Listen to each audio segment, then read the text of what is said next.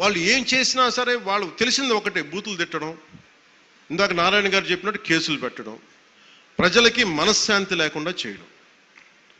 మళ్ళీ అదే పాత పద్ధతి మొదలుపెట్టారు. మళ్ళీ పిఠాపురంలో గతం ఎన్నడూ లేని విధంగా మళ్ళీ మీరు స్టార్ట్ చేశారు. ఈ సందర్భంలో ఉన్నత పోలీస్ అధికారుల గారికి, జిల్లా మ్యాజిస్ట్రేట్ గారికి కూడా చెప్తున్నాను, లా అండ్ ఆర్డర్ని కనుక ఎవరైనా సరే పిచ్చిగా కనుక మీరు అభద్రతా భావానికి కానీ ప్రజల్ని చేస్తే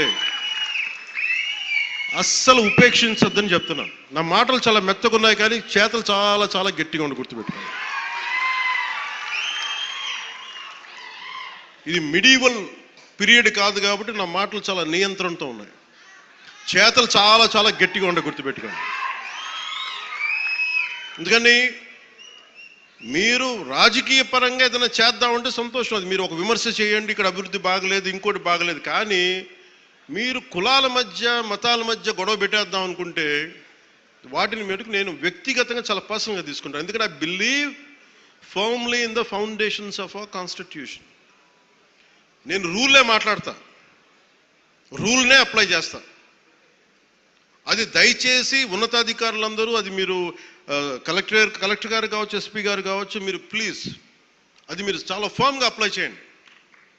అది నేను స్వయాన ముఖ్యమంత్రి గారే మేము తప్పు చేసినా మాకు కూడా అప్లై చేయండి అని మేము శాసనసభలో చెప్పి we are bounded by that word. అందుకని ఎవ్వరు కూడా వ్యవస్థకు అతీతులు కాదు, నాతో సహా. అందుకని దాని దృష్టిలో మేము వ్యవస్థకు లోబడి ఉంటాం, మేము వ్యవస్థకు లోబడి రెచ్చగొడతామంటే దానిని ఎలా హ్యాండిల్ చేయాలో, ఎందుకంటే అక్కడ దాకా దృష్టి పెట్టలే, చాలా సంయమనంతో ఉన్నాను నేను. మీరు పిఠాపురంకు వచ్చి గొడవలు పెడతా ఉంటే నేను ఇక్కడ కూర్చొని మొత్తం ఏరేస్తాను, అందరిని గుర్తుపెట్టుకోండి. అక్కడ